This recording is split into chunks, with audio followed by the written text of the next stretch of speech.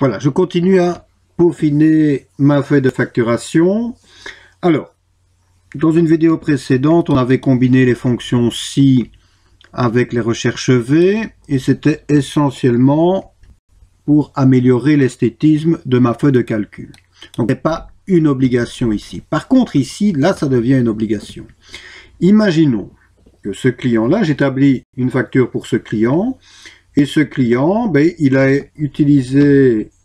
été à l'aquagym, en balnéo, salle de gym, mais il n'a pas utilisé les services Hammam et Sauna. Donc, si je supprime ici les codes correspondant à Hammam et Sauna, eh bien, je vais me retrouver avec des messages d'erreur dans ma feuille de calcul. Donc, ce qui va être assez embêtant. Donc, maintenant, ce qu'on va faire en sorte, ben, on va combiner nos recherches horizontales avec des fonctions si. Et donc, ici, je vais commencer par ça. Je vais lui dire que si la cellule A9 est vide, eh bien, alors, il met le vide. Sinon, ben, il fait ma recherche horizontale. Et je vais faire de même pour les prix et je vais faire de même pour les sous-totaux ici. Donc, je vais simplement commencer, ce n'est pas une obligation, mais je vais le faire, par supprimer tous les codes. Donc, je delete tous les codes. Alors, ici, dans ma cellule B9, je combine ma fonction C avec ma recherche H. Donc, je lui dis, je clique entre le égal et le R de recherche, et je lui dis que si. Mais que si la cellule A9 est vide, donc égal guillemets guillemets, alors tu mets le vide, tu ne mets rien. Sinon, sinon tu fais la recherche horizontale. Je referme la parenthèse de ma fonction si tout à la fin. Je valide, puis je reclique sur ma cellule B9 et je glisse ma fonction. Et donc j'ai bien chaque fois le vide dans ces cellules parce que les cellules correspondantes sont vides. Je vais procéder de la même façon avec la cellule C9. Donc, je clique en C9 et je lui dis que si, j'ouvre la parenthèse, si A9 est égal au vide, alors tu mets le vide.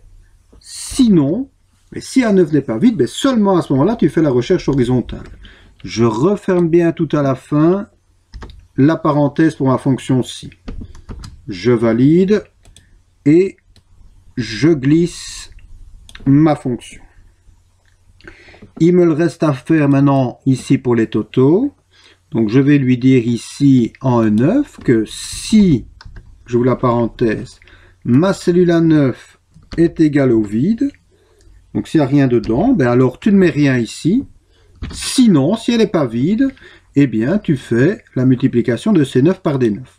Je ferme la parenthèse, je valide et je glisse ceci jusqu'en E13. Je ne vais pas sur le total général.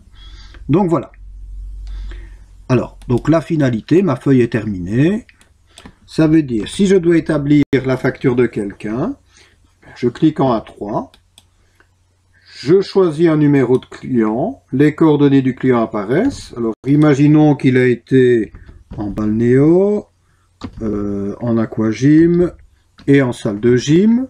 Voilà, je mets les codes, les libellés, les prix apparaissent automatiquement.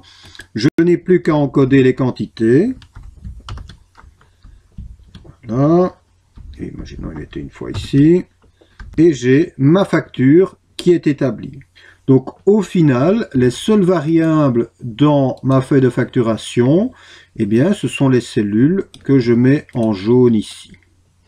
Voilà. Donc on n'aura plus qu'à encoder dans ces différentes cellules et tout le reste a été automatisé.